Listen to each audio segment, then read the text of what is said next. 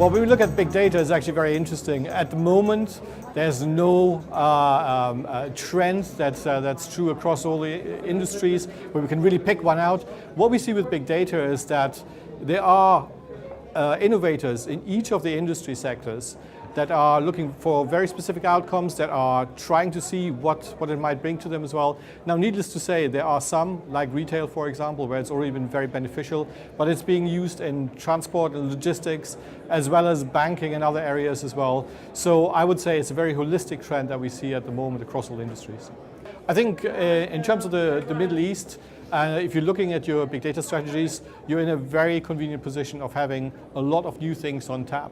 So the choices that you can make between open source and very established enterprise offerings that are available to you, depending on what you want to achieve and how your infrastructure is set up and your architecture works, there are a host of solutions for you. So I think in the Middle East, there's a great opportunity to utilize big data a lot more. That's one thing I would say. It's probably one of those areas that can really grow here in the next few years.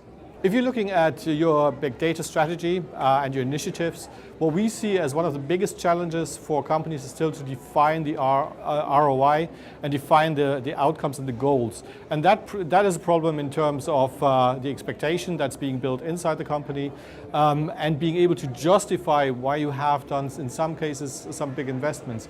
Now, that said, if we ask companies, how is your IT budget? They often say it's under pressure. If you ask them, what about your big data budget? They say, no, that's fine. For us, it's not cost, it's flexibility that's really at the forefront there. Well, it's interesting. If you're looking at IT security overall, it's become a board issue now. So most managing boards are now very acutely aware of what can happen if you don't take security seriously. And I think that's certainly something that always needs improvement. It's been one of those areas that often was budget cut. What we see now is that that's less and less the case.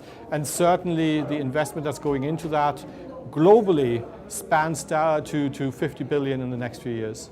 So when we as IDC look at the Internet of Things, we call it one of the innovation accelerators, in addition to cognitive and 3D printing and some of those other ones.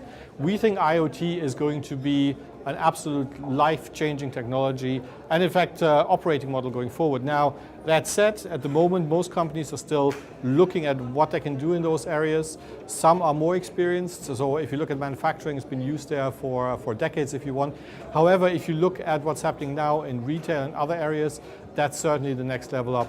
Often it's still cost, that's the biggest inhibitor there, but it's also around organizing the data, understanding the data, and being able to enact or react and really execute on that kind of data insight. That's often the issue. Well, I mean, we already know that if you look at the impact of IoT, it's very often already used in manufacturing, automotive. We see it clearly in the airline industry as well, and those are the kind of industries that will take it to the next level as well. However, if we look at the next levels, from banking all the way through to consumer technologies, we will see IoT affecting all of those areas. But those are the sweet spots that we see initially.